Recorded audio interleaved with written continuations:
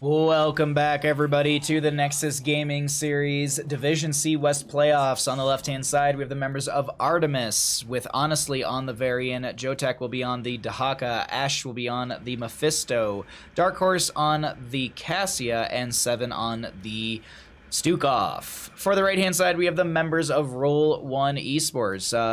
Wanaba? Yeah, Wanaba, I believe, is on the... Or Juniba? Is it No, Wanaba. On the Deckard, Poe is going to be on the Tychus. Big Beard is going to be on the Jaina. Rock Your World will be on the ETC. And Zad on the Leoric. We get into mid lane and check out our level 1s as we get into map 1 of our second best of 3 of the day.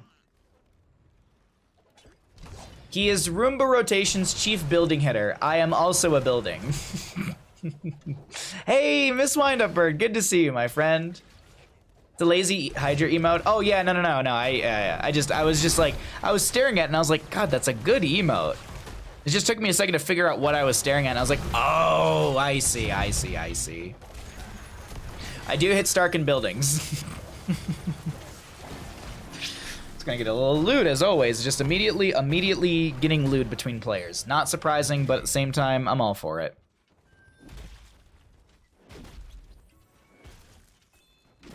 Okay, sorry, as I said, I was looking at Slack for like 2 seconds, but we're all good. Anyways, Rock Your World is going to take a bit of damage from the Varian, working on the Lion's Maw at level 1, getting those 25 Lion Fang stacks out. You also have the slow increase from hitting 25 heroes. Power Slide from Rock Your World, as Poe is going to take a bit of poke damage from Dark Horse, and the rotations will continue on Tomb of the Spider Queen here. Honestly, stepping forward, no fort talent, but still working on those Lion's Maw stacks, already at 8. And the big thing right there, as I said, is that 50% slow. That's a big thing. I think it's already got a slow on it right now, 25% if I'm not mistaken, 35% actually. So it's a decent slow on top of it, but 50% slow and here's a storm, that's just great right there. I mean, 80% slow, we all know how that feels from Subdue of the Joanna, as well as like crippling hammer of like Falstad or something like that. So it's just so difficult to deal with. Great rotation from Dark Horse to sneak into the bottom lane, as able to grab this camp, and it won't be scouted out by the Leoric or the enemy team. I think the Cassia actually took a really safe rotation through the sidewall and everything like that. But now Dark Horse has kind of announced that they have gotten that camp, so they just take the free rotation back up towards the friendly team. As we do see the Bruiser camp on the right-hand side to be grabbed, with Cassia splitting off on the left to start their own. Exactly, Kalis, exactly. Don't forget the 80% of Probius Nullgate. All right. Okay. Chat, why are we like this? I mean, my point is, like, who's on the receiving end of a Probius Nullgate enough? That's my question to you, chat. What games are you playing that you get to play against a Probius Nullgate?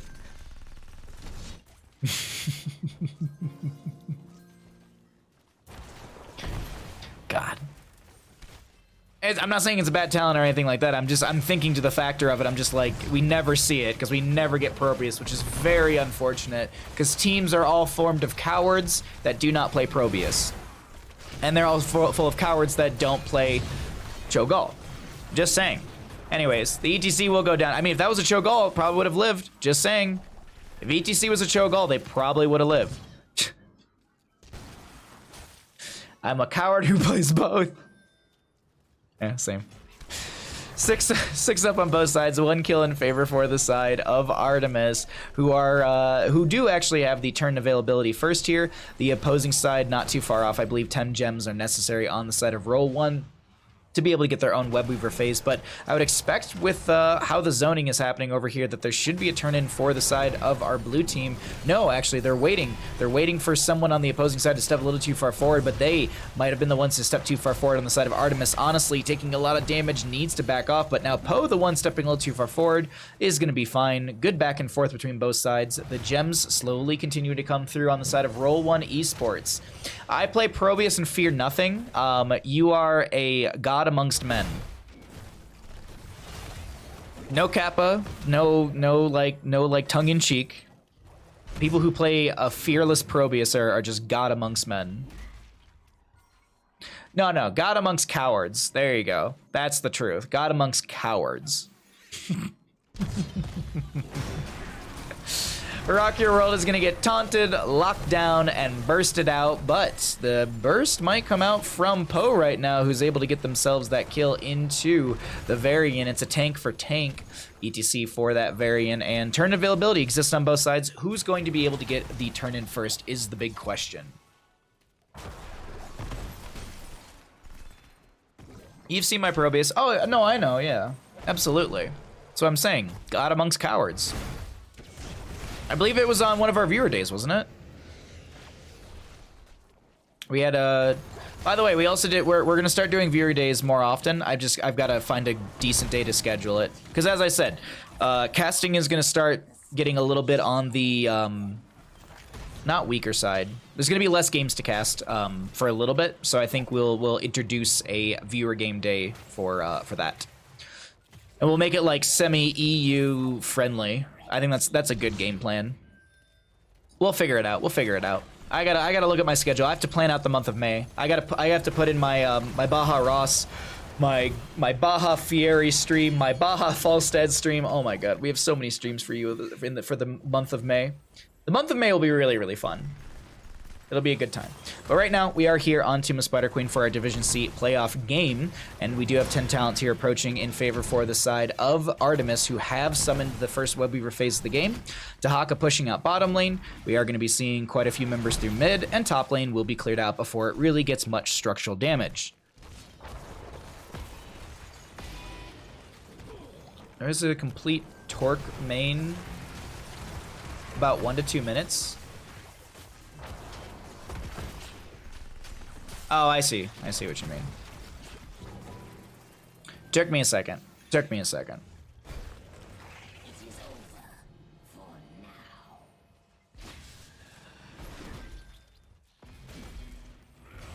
Sorry, I for some reason thought you were talking about Torbjorn for I don't know what reason. I just don't ask me. Just don't ask. Don't ask.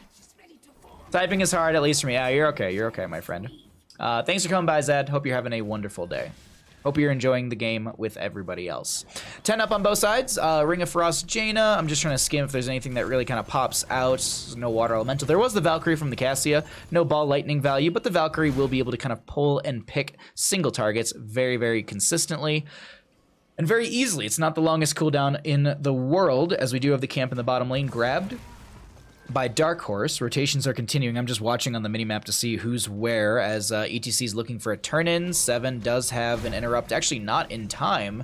Dahaka does come over here trying to do the exact same thing, but not able to stall things out. Poe, last one to get some gems in right now. Is there going to be a poke from Honestly? No, not in time, and that will be the red Webweavers descending on the side of Roll1Esports. Even better with the Aw, thank you so much, Thad. As I said, yeah, I feel a little weird since this was already cast, but I hope people appreciate it or at least can enjoy the content. That's the big thing. We're here to have fun and enjoy some good content. 11 up. Dahaka still soaking in through the top lane. Commandeer Odin will be coming down from Poe, and we'll see how how mid lane can be opened up a little bit further on the side of Roll1Esports. Zad coming in as well. This is a big clumped up, I wouldn't say clumped up, but it's a big siege from the side of Roll1. They do throw out that Entomb, which actually zones back the enemy team, allowing Roll1 to be able to confirm the tower from the front gate. The well will go down. Kept wanting to say the fort front wall, but the well, regardless, does go down. Top lane crashing in, and this is going to be a quick rotation from Roll1 to be able to grab maybe more push potential. There's no Commandeer Odin for the next 60 seconds. Tychus actually dashing away. Webweaver throwing out that kind of purple wave, getting out some decent damage from that one. The necrotic wave, as I like to call it.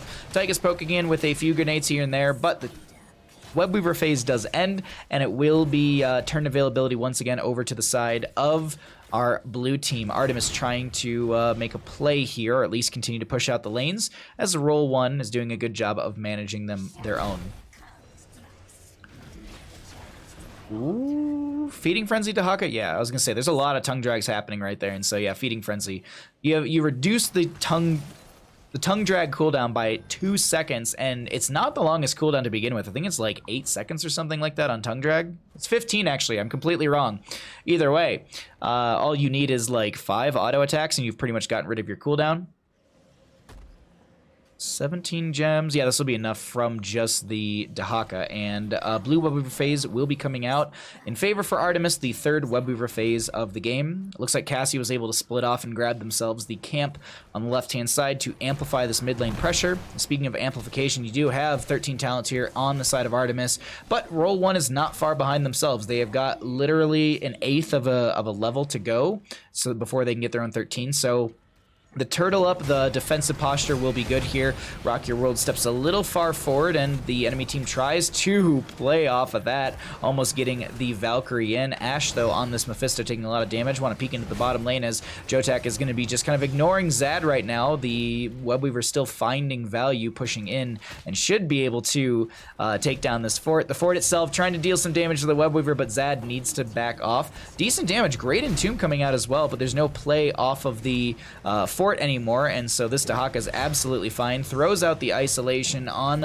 the Leoric, who's just going to be getting picked off, and that is quite a few gems on the ground. We're talking somewhere in the, what, like 15 to 20 area for those gems. That's a lot of money on the ground in favor for the side of Artemis. All of Dahaka's basic abilities have the longest cooldown in the game. They're all 15 plus seconds. You think, really? That's interesting. We'll have to take a look at that. I didn't actually not consider, but I was just like, huh. Yeah, I think you are completely right with that now that I think back to it. I think I can just pull it up right now as we continue to see the fight breaking out. But it is Tongue Drag, yeah, Dark Swarm is 10 seconds, Burrow is 20. Yeah, no, absolutely. The heroics are pretty in the middle of the road, though. I think Isolation 60 and Adaptation's like 70 or 80 or something like that. But I agree, yeah, the basic abilities are fairly long for a hero in the game, especially for a bruiser who needs wave clear. 30 gems? Wait, 30 gems? Holy jeez, I was completely wrong with my guesstimation. Rickabo, thank you for the follow. Glad you're enjoying the content, my friend.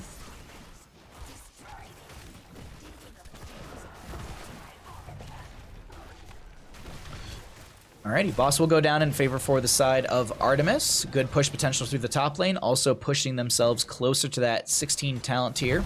They have 52 gems right now in their pockets. We'll pick up a few more from this minion wave, and it's looking like boss plus Webweaver is a possibility, though the issue is on Tomb of Spider Queen, your waves are pressing up, but actually, I'm looking at this right now, mid lane will have all of the gems necessary. Dahaka can grab these with that Dark Swarm. Good play so far from the side of Artemis, liking the way that they're going about things.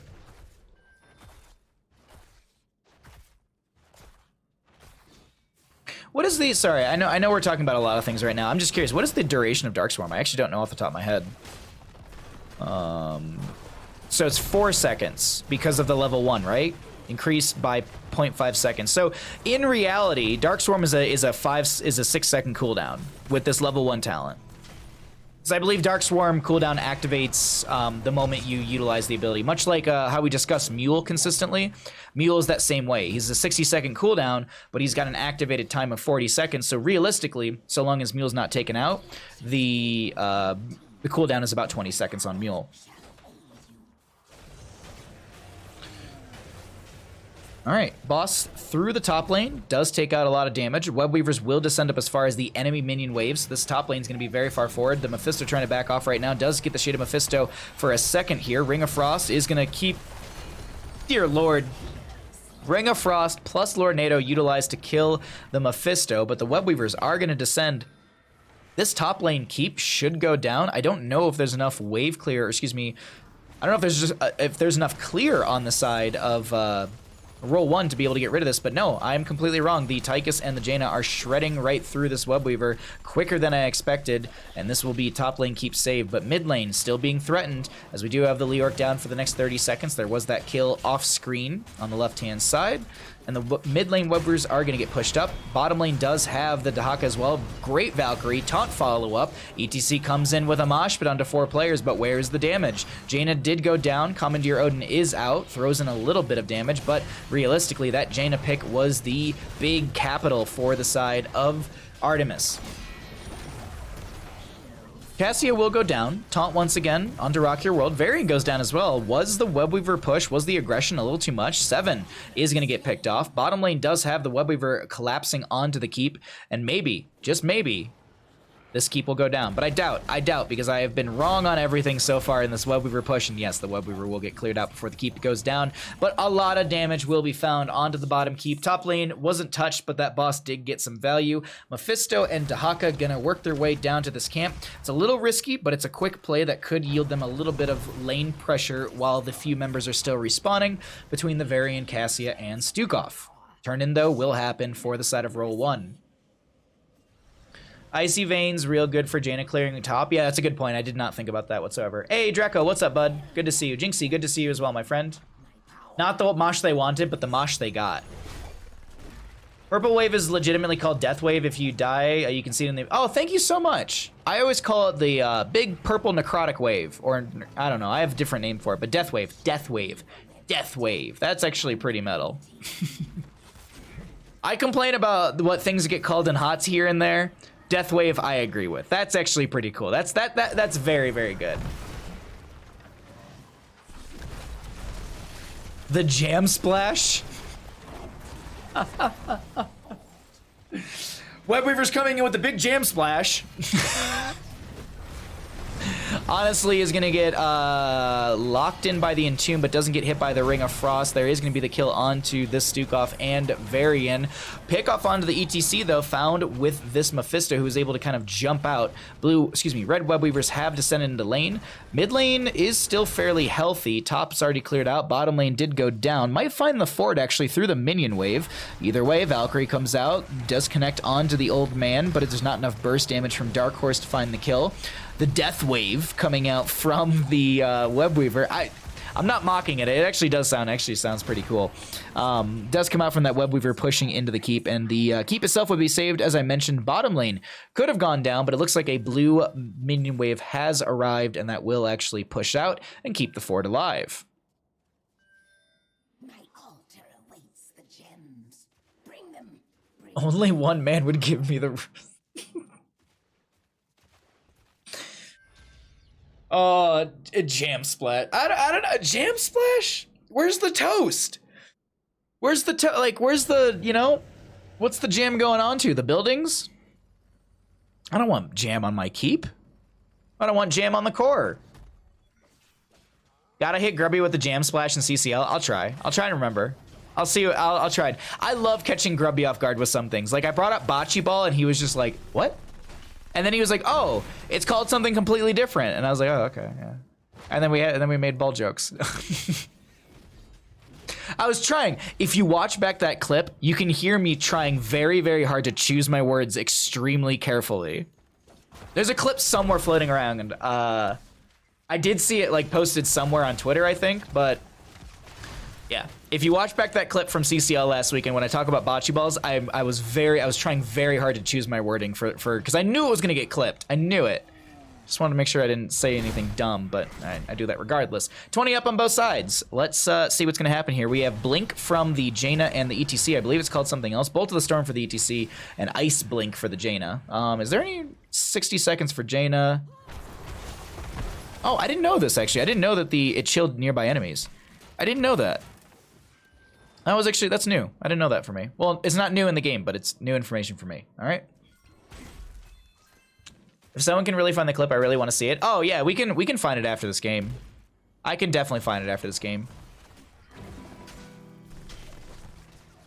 I'm trying to think of how I'd find it, but I know I could. Oh no, I can find it. I can find it.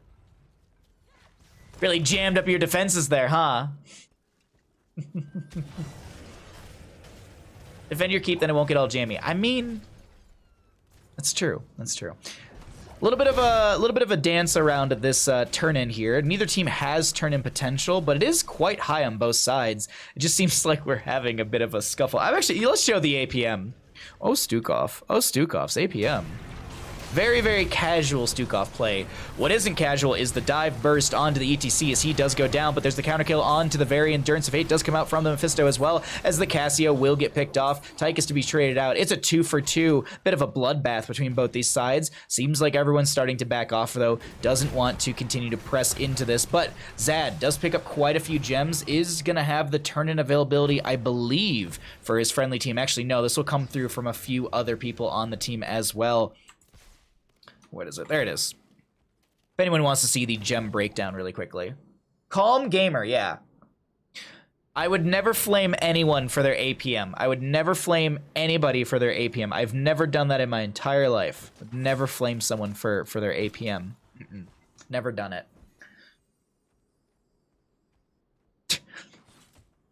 Hold up! I was waiting for it. I was waiting for it. I was waiting for it, Jordo. I was waiting. Like, I was like, he's gotta be hanging around. He's gotta be hanging around. I knew if I bring it up, I was just gonna be like, oh, hold up.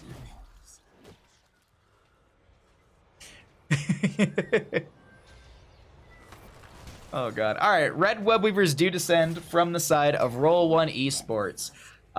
This will be, I believe, their third web weaver of the game.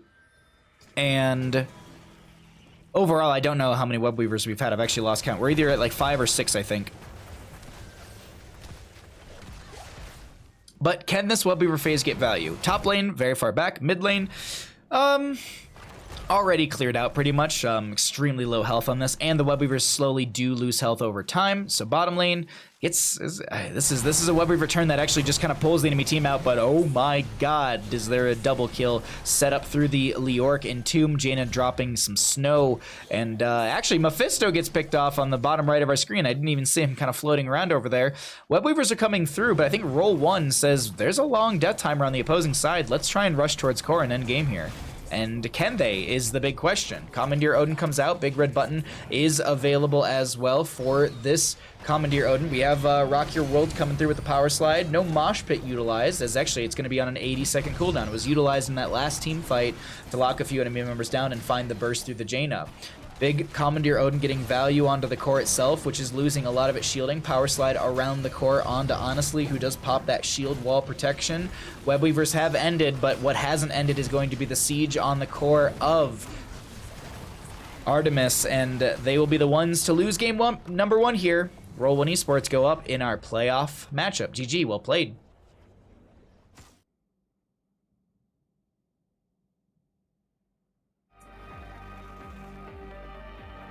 Found it. Still burns. I'm literally seeing an esports psychologist about this.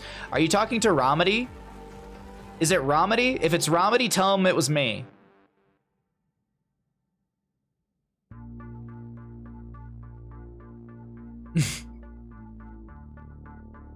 Romedy is an esports psychologist, if I'm not mistaken. Very, very smart man. I forgot to hit tab. I'm very sorry.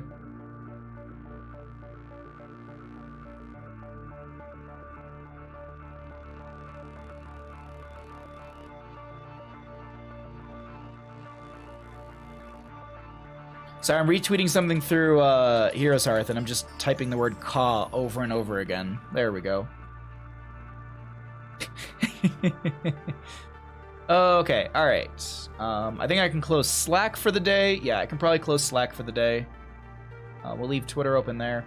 Rika, thank you for the follow during the game. You could give the best hugs.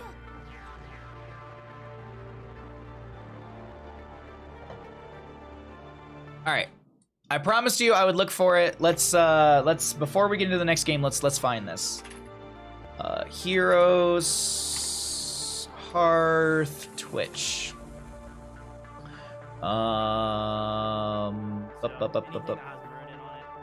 Okay, chill out. Videos, clips. Someone literally clipped something I scream clip, and it just says clip it as you wish, Baha. No, very nice of them. Where is the bocce ball? Where is the bocce ball conversation? I know it was labeled bocce ball, so all I have to do is find that. Where are you? It doesn't have a lot of views, which is making it more difficult to find. I thought it was gonna have a lot more views, so it'd be like, oh, it'll be at the top of the list of clips, but no, it is not at the top of the list of clips, unless it is and I missed it. Is it? Let's see, clips last 7 days. Yeah, this is we're in the last 7 days. Where is it?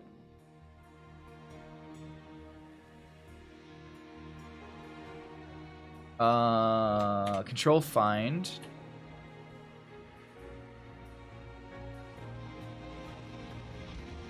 There it is. Let's watch it as a family. Let's watch it as a family. Okay? Here we go. I mean, even just in life, I mean, even just competitive bocce ball. There's definitely a mental place. There's a lot of mental. Bocce ball, it's when there's the small little ball, you throw that out, and then there's like the larger. It's like grass curling, if that makes sense. Like, instead of like sliding a giant stone on the ice, you just kind of have these like other little like weighted balls. And you're trying to toss your weighted balls near the smaller like goal one, if that's an easy way to explain it. It's a really fun game. Highly recommend it. We call that jeu de boule in Europe. It's French for game of balls. Yeah, you started talking about it. You know what? You know what? I'm getting into it now. Okay. But it was I was just trying really hard not to use the word ball too much.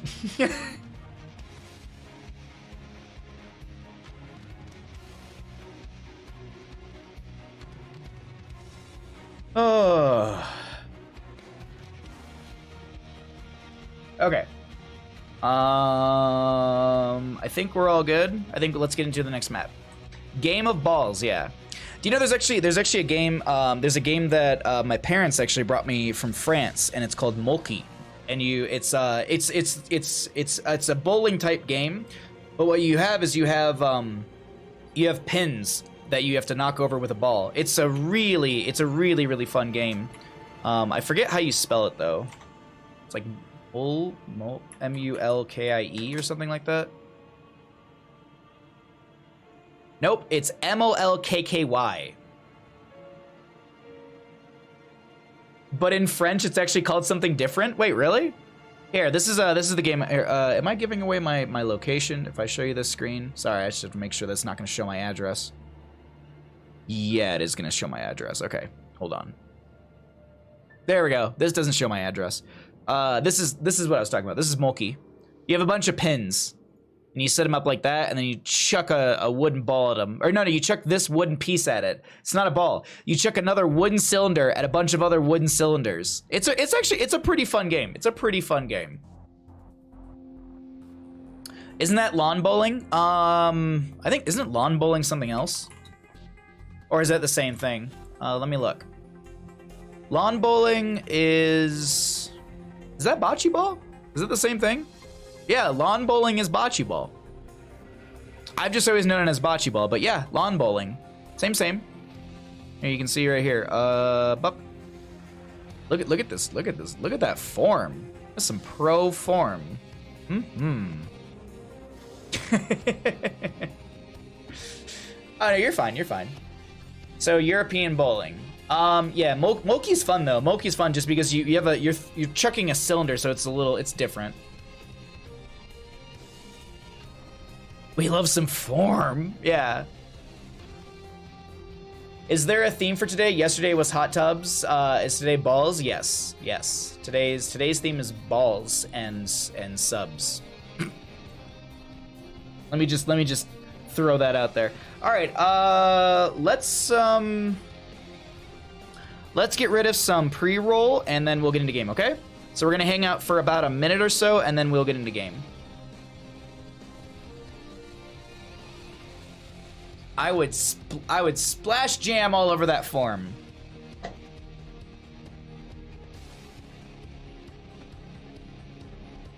Me too. No idea why we use the name in French while the French call it something different. Because the French are weird, okay? The French are weird. Let's all be honest. They're weird. They're just weird, okay?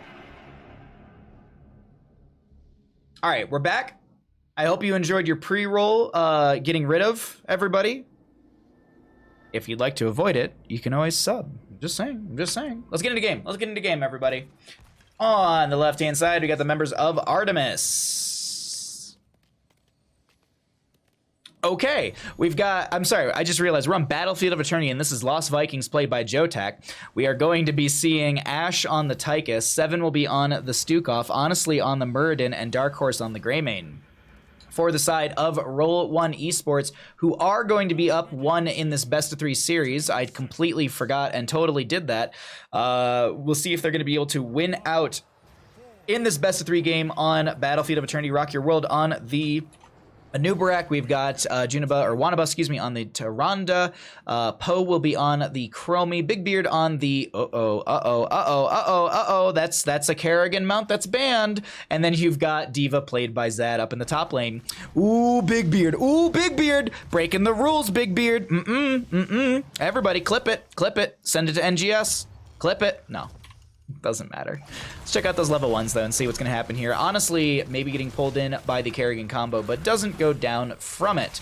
Murden did go into the Gathering Storm. That's not right. Perfect Storm at level 1 to be able to continually build out that hammer, that Storm Bolt damage by 4 every single time they land a Storm Bolt into an enemy hero. Dark Horse taking a lot of damage right now, and the enemy team is not able to solidify the kill. Chromie, Poe, almost able to snipe over the wall right there. Well played so far, as we've got some Vikings up in top lane.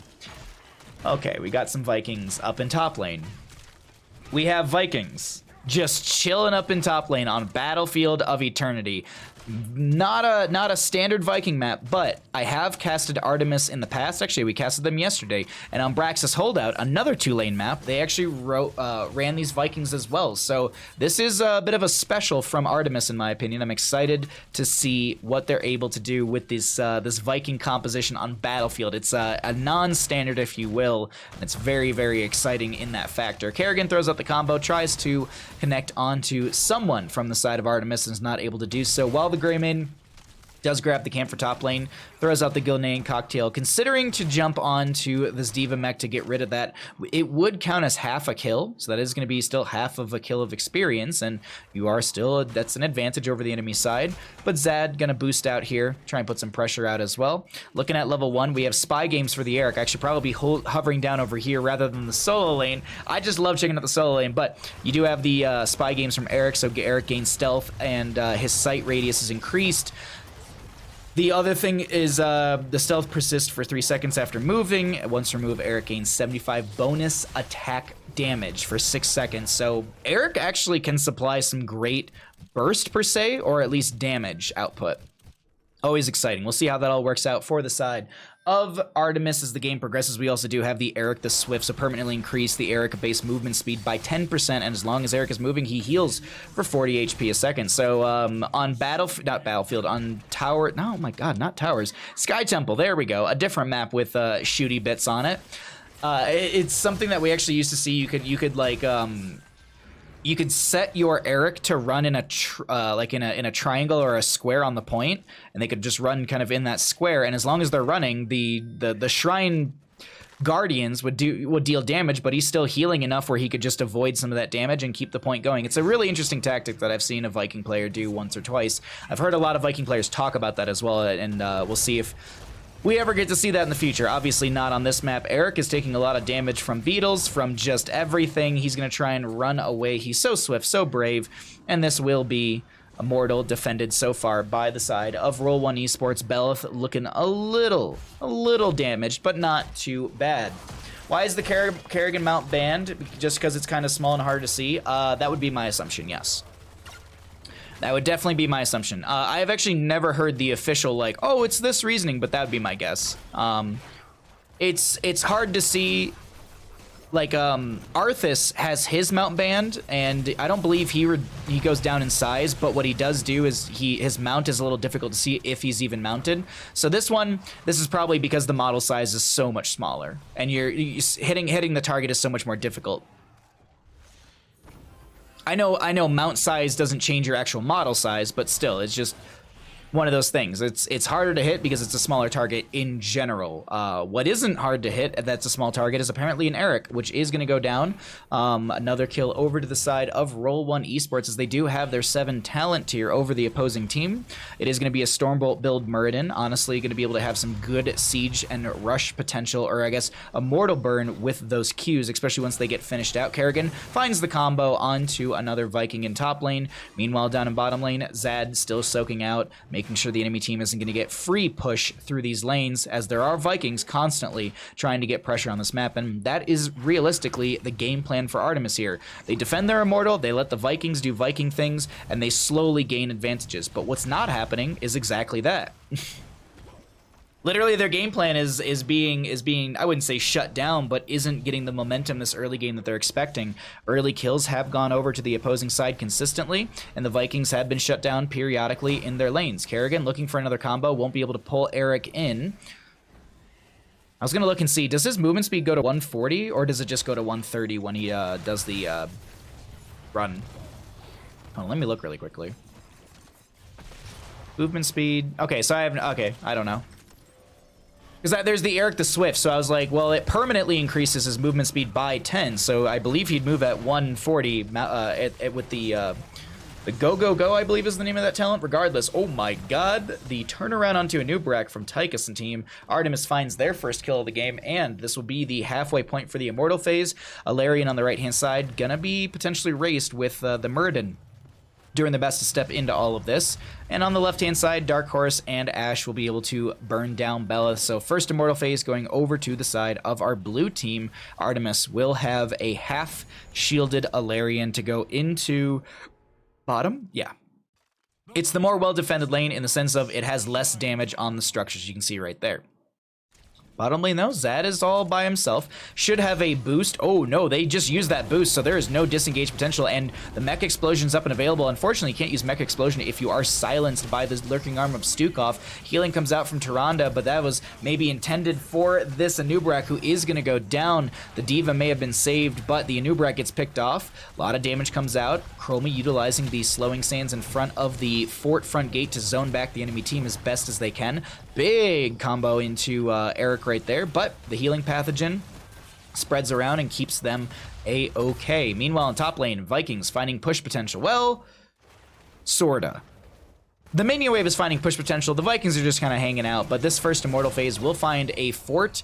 Very, very well played, and maybe even a Kerrigan pickoff here. Dark Horse comes in. This is a Nubrak diving in as well, and the members of Artemis are saying game one was a fluke. We're looking to really build momentum and step into the side of Roll1Esports. A great play so far from Artemis, controlling what I thought was a little bit of a early game that was starting to kind of spiral. While there was the Viking value, it wasn't pulling ahead like I was expecting, but look at this right now with the Vikings. With the first Immortal, a solid level lead has formed. It's 4-2 in kills, 11 to 10 in our levels. Dear Lord.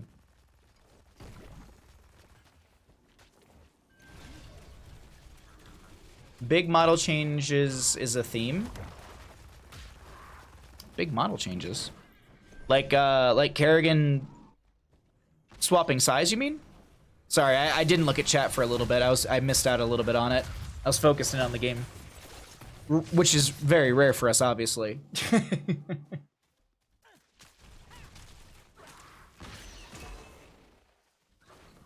Oh, the theme is for why things... Yeah. It's either that or, like, ability to see abilities. So, Cybernetic Kael'thas, that's usually a banned skin because his gravity... No, his flame strikes on Sky Temple are a little more difficult to see. Marauder Murden's banned out because the Storm Bolts are harder to see. Kerrigan, this skin is banned in mount because of the model size, so it has to do with just it has to do with visibility overall. That is typically why things are banned out. Cuddlebear Stitches, very hard to see Putrid Bile from him on places like Towers of Doom. Like, that's a really good example, because I remember when it first came out, I was watching someone play Cuddlebear Stitches on Towers of Doom. I was like, yeah, this skin gets banned out. Like, I literally can't see. Not literally, but I could barely see the Putrid Bile on some specific skins. Like, I think it's like the brown skin on Towers of Doom is next to near impossible to see Putrid Bile at times. Like, it blends into the ground so very well. Mechaterial's banned out because there's like Aldruin's Might is hard to see, but also like Holy Ground is really hard to see as well. I think there's also an argument that his Hearth is a little difficult to notice at times or something like that. Or there's something else about his model that is difficult to see. So really, what it boils down to simply is if something is banned out in a league, it's typically because it gives the enemy team an advantage due to model size or visuals. There you go. I think that's the quickest way to kind of explain some of those things. Like, the Invisible Horse is banned out because some people are like, are they mounted? Like, I know some people would be like, that's a dumb thing to ban out. Like, you should know when someone's mounted or not. But play a competitive series in NGS for long enough, you'll start to kind of...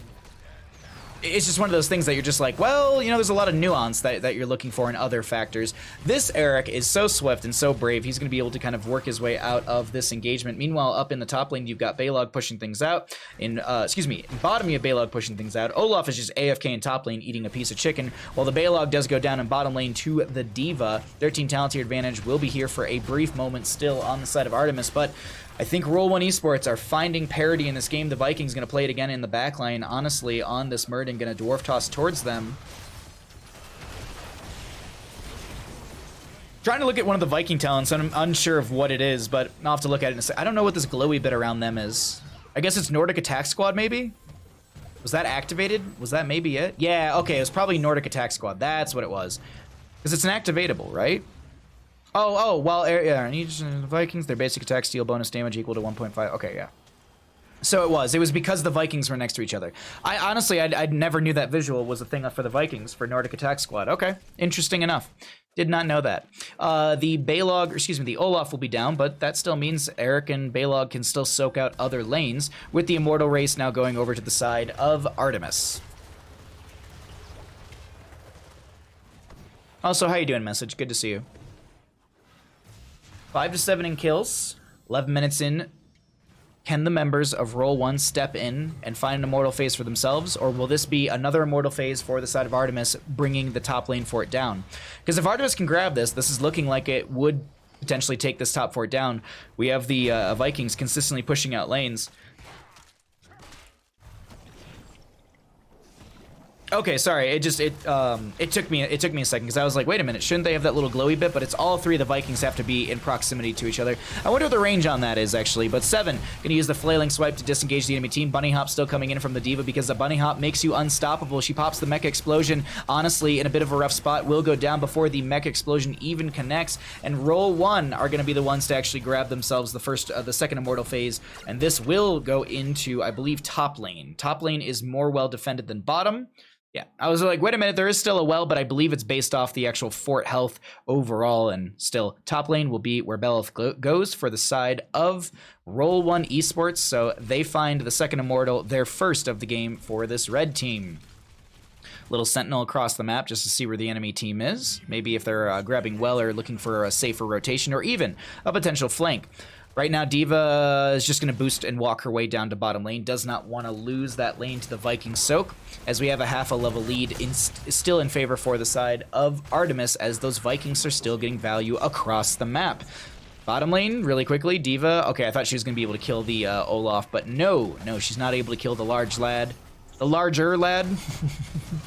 Wisp comes in, great Kerrigan pull, wonderful Maelstrom as well, as she finds a kill into Eric and a kill into Greymane. 5 to 9 in kills, and that's going to push that experience even further forward for the side of Roll1Esports, and they'll have their 16 talent tier advantage. Kerrigan not going for the combo onto the Murden, manages just to dive onto the keep itself. Bella dealing some decent damage onto this keep. What is the Immortal hitting for right now onto structures? Roughly like 1,436 or something like that. I think I cast her math that quick enough. Keep goes down. Cocoon goes out onto the Tychus. There's a big dive onto him as well. Lots of damage will be available. Honestly, in the backline, dealing quite a bit on this Murden. Has the Dwarf Toss, has their trait to go out, as well as the Stone Form that was snap picked up to activate instantaneously. Big Beard, very low, goes down to what I think was an Eric auto attack. Slowing Sands. There's a lot thrown out. Curse Bullet goes out on Tyrande. She doesn't have an escape. She actually doubles back to try and give some room for Rock Your World, as well as Poe to disengage. So while there was a kill into Kerrigan and Tyrande, a keep was found through top lane, while the fort still survives in this lane on top of that. Well played from the side of Roll1Esports, but I would expect the side of Artemis to maybe step in and try and take out this fort to find at least some catapult equalization. No, they're actually going for the camp invade. Okay. Gonna play off the fact that, as I said, there are still 2 people dead on the opposing side.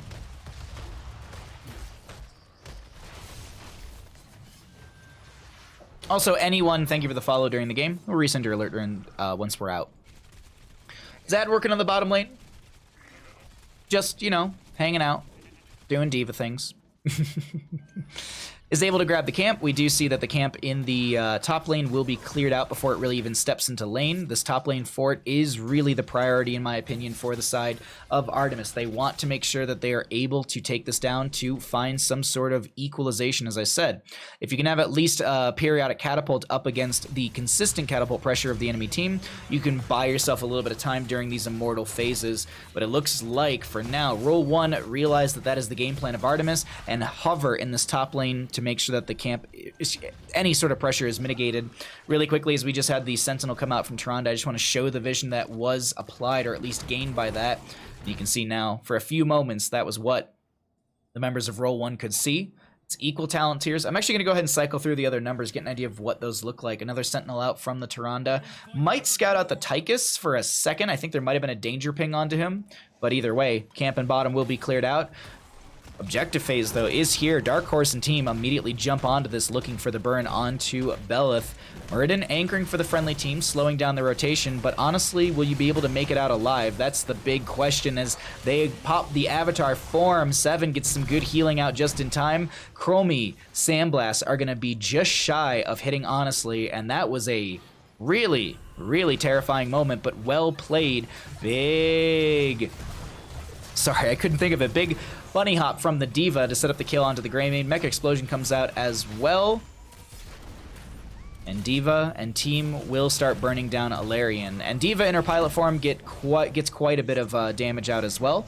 With her auto attack speed, it might not do a lot, but she has a lot of auto attack speed, so you're able to kind of just shred through the immortal phase. And a little bit of a consideration to defend their own immortal, and it looks like that'll be exactly the case. Muradin not getting locked down, but there is the follow-up CC. Cocoon goes out onto this Stukov. Tyke burning right through that.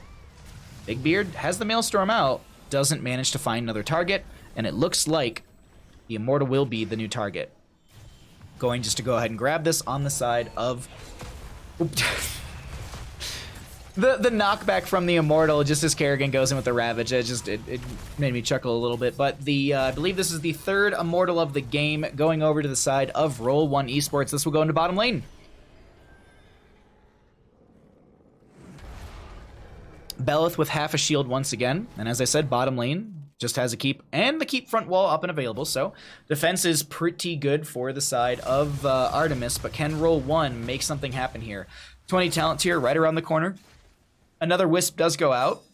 Excuse me, another Sentinel goes out. Dark Horse will be scouted out, seeing that they're going to be going into this bush, as well as the Muradin was hovering around that bush. So D.Va probably going to boost her way through all of this. Actually pops her defense matrix. There was the rotation to Greymane through that mid gate. Just hovering on that that vision really quickly was a little interesting, as there was the approach of Roll1Esports with Rock Your World getting chunked right there. The front gate of the keep will go down. Belith still attacking from range since they do have the shield.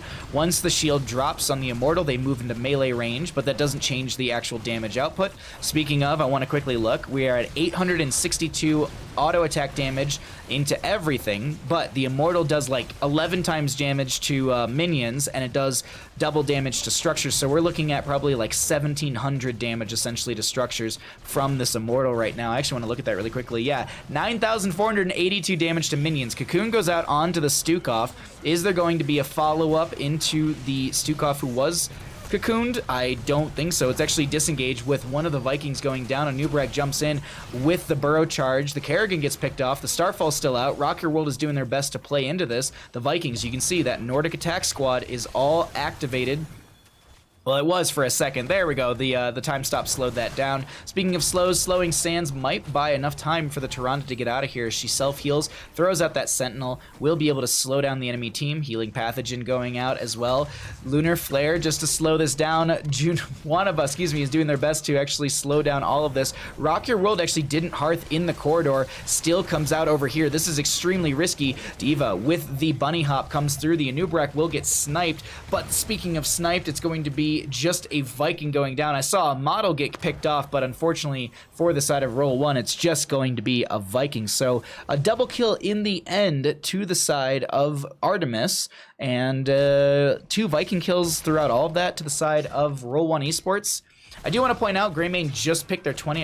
They were waiting a little bit, but they did go into the blunderbuss at level 20 for that little extra splash. Whew. What a game, everybody.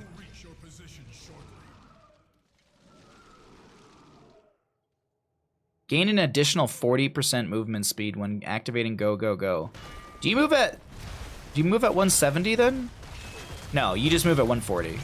Wait, an additional 40% movement speed. So that'd be 170, wouldn't it? I think it is. And then Fury the Storm for just wave clear and push.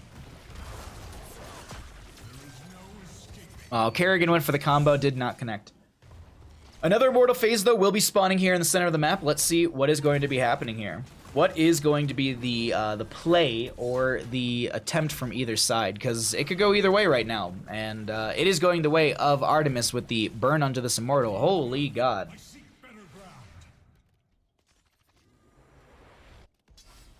Definitely going to need another cup of tea after this best of 3. Immortals move into the top and bottom portion of the arena, if you will. Setting up for defense on the side of Roll1. Maybe a flank invade from the side of Artemis. I'm waiting to see what it looks like. Both keeps are down.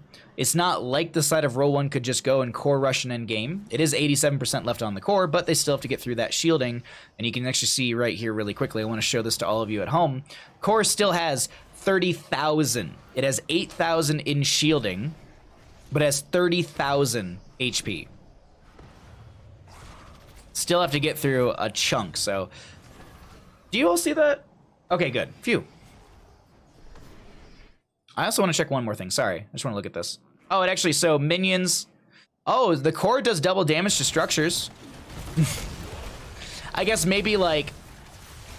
Gazlo turrets and, this isn't all in actually on the core. They're doing what I said that they couldn't do. Kerrigan literally just like, I want to go in the game, team.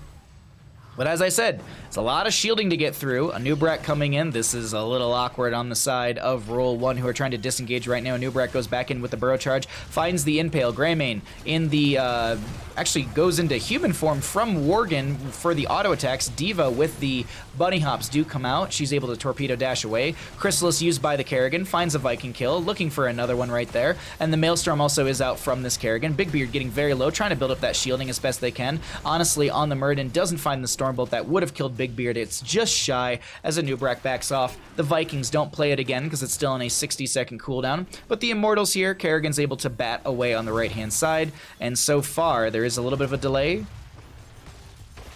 All in all, it is still technically an advantage for Roll1Esports. There's only one Viking up and available, so it is 5v5 per se.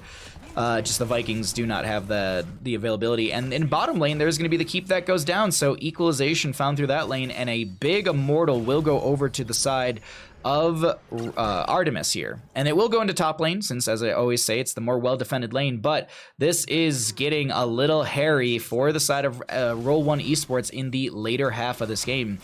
This Immortal could push through core and take game. Let's actually look really quickly. Can I look at Alarian's health and damage? Wow, 2,108 damage into structures. Minions take nearly 12,000 damage. And the Immortal has 47,000 HP, including the shielding. Woo! That's a lot. That's a lot of damage. Let's see what happens here. Oh, there's a split onto Muradin. Big Beard and Rock Your World actually find the kill onto the main tank. That's a really big play for the side of Roll1 to dissuade this enemy team from stepping in any further or getting some value. Commandeer Odin is going to get a hit with the web wrap, the cocoon, if you will. I always forget because I say both. Okay. Structure goes down, but it looks like with a Muradin kill, disengage. Disengage from Artemis, who are not going to be able to do much more. Okay. Alrighty. We are 23 minutes into this game, ladies and gentlemen, and in my opinion, this is literally anyone's game. I know Muradin's dead for 20 seconds, but that's not that long for the side of Artemis. Roll1Esports had the big momentum early game, but this is I just kind of everything is level per se. Ooh, that's a really good sentinel out from the Tyrande. You can see this is the that was that vision for a few seconds. This is actually the vision specifically of Rock Your World, who was starting. You can see those little clicks coming out from them as well. But either way, camp will not be stolen away by the side of Artemis. Roll1Esports scouting out once again, and I just keep wanting to jump onto this vision really quickly. Can I?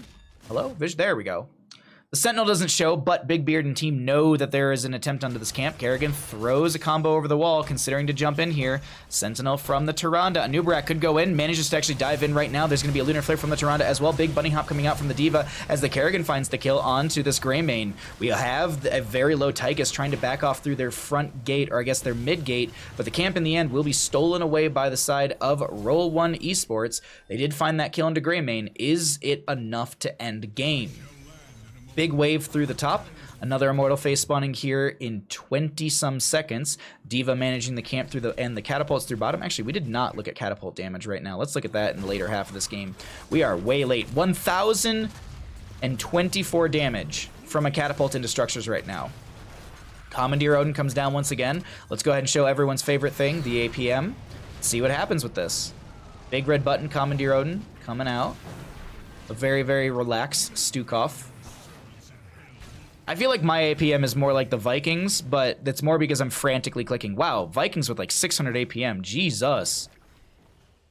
That is a very good Vikings player. Or he's just rolling his face across the keyboard. Probably the former of the two. I'm more the latter.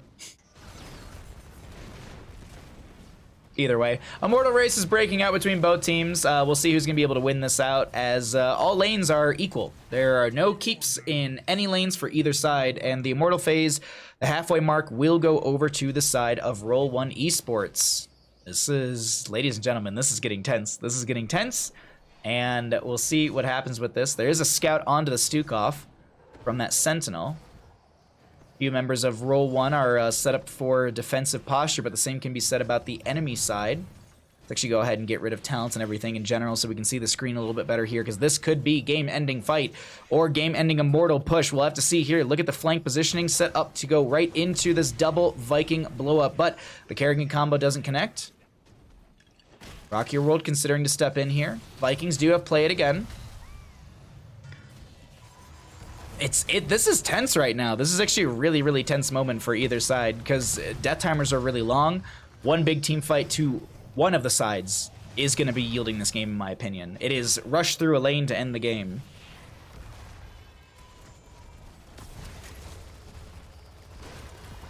Okay, we're waiting. We're waiting. It's tense. It's actually extremely tense from both sides right now. Vikings maybe looking for a wraparound flank into this enemy team.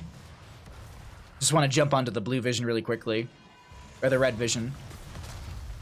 Actually, let's do the same thing. Blue vision as well. This is... I really don't know who's going to step up right now. Danger Ping's coming out from one side. Big Beard in the back line trying to make something happen here. Getting shredded by the Tychus. There's going to be a Curse Bullet out as well. Big Chrysalis used. Big Mecha Explosion from the D.Va. Does find two Vikings in that. Actually, a third Viking does go down. No plate again value to come out from them. D.Va with the bunny hop onto a Greymane. Meanwhile, honestly, on the Murden will go down. Kerrigan's Maelstrom finding quite a bit of value right there. What does the 20 upgrade do, actually? Maelstrom duration is increased by 0.25 seconds every time it damages a hero. That is not too bad, especially with the Vikings and all of that jazz. But the Immortal will be grabbed. I believe it flips a coin and goes into a lane. Maybe into bottom. No, maybe into top because it's pushed out a little bit more. I don't know. I'm not 100% sure, but look at the members of Artemis. They're saying, okay, it's do or die right now, team. We don't have a Murden, we don't have a Vikings, but what we can do is attempt to go core. I want to jump onto our red vision, and so this is Dark Horse now showing going core with the Stukov, but we also have Kerrigan back over at the core to try and defend as well. 7 will be the target. Commandeer Odin comes in. The Immortal is just free pushing through the top lane. Unrevealed onto the Greymane, as he did use that Eyes in the Dark roll away disengage. Commandeer Odin is like, wait a minute, wait, I thought we were all going in on core. So Tychus didn't get the message. The Immortal right now is going to slap structures for a solid 2,428 damage. Its shielding is just about to fall. Each auto is dealing, what, 11% to the core? More, 12% from that one. Jesus. 11 to 12% per auto attack from the Immortal. Now, the Immortal will go down before it does take out the core. 13% remain, but it seems with the Tychus down for 35, Roll1 want to step in here. Little bunny hops coming out from the D.Va. This is a very low Viking composition right now as the Kerrigan gets traded out. There's going to be shielding on the core coming back in. Zad on the D.Va will lose her mech as the Vikings played it again. Jotek getting low on the Olaf. Curse Bullet goes out. Lurking Arm, a lot used. Poe is not going to go down. Zad, do you have a mech? Not at all. Actually manages to get the rolled away with the Torpedo Dash in the core. It sits at 13%. The game's not over yet, ladies and gentlemen. We continue on Battlefield of Eternity. The defense does continue. We are into 30 minutes of Heroes action on this best of 3 map. Lay that egg. That was their last gamble. Laying an egg? What? How you doing, Eddie? He wasn't lying that it's a clown fiesta. I mean, who knows? Okay, so the return attempt on the core, Anubrak and Tyrande defending, Kerrigan up in 9 seconds. Honestly, on this Murden, taking a lot of damage, not able to get through the shielding just yet as the Commandeer Odin does come out once again. Let's check out that APM because I know we all love it. God, I feel like Stukov's aiming for less than 50% or less than 50 APM average. We'll have to see if they're able to bump that up a little bit here. The core is starting to fall on the side of Roll1. Honestly, on the Murden, trying to back off. Commandeer Odin was Cocoon, does end. Big red button dropped onto the ground. The Nubrak taking a bit of damage from that. 25% off of the core as it gains back its shielding. And now, it's like kids playing baseball with their dad or catch with their dad. It's just we're just throwing the core attempts back and forth at each other. Eric goes down. Stukov goes down. We see a chase onto Dark Horse on that Greymane from Rock Your World, but Greymane ends up getting picked off by the Anubrak. Must have been a beetle on the ground. Another Immortal phase will be spawning here, but with the kills that we just had, I don't think Roll1 needs to go for Immortal. I think they can rush towards core and potentially take this down. Now, shielding is full, so they have to go through 13,000 HP. We'll see if the members can do this, but look at this. Tychus once again trying to go for core, trying to end game. The Vikings coming in as well. Play it again. Value is going to be utilized. This is going to be a bit of a neck and neck race as the shielding on the left-hand side just now is starting to fall, but the core health is actually falling on the right-hand side. This is going to be a little neck and neck, but the Balog goes down, so does the Tychus, and the left side core falls first. GG, well played. The game and the series will go over to the side of Roll1Esports. GG. Wow. Wow. That was something? That was something indeed. Woohoo.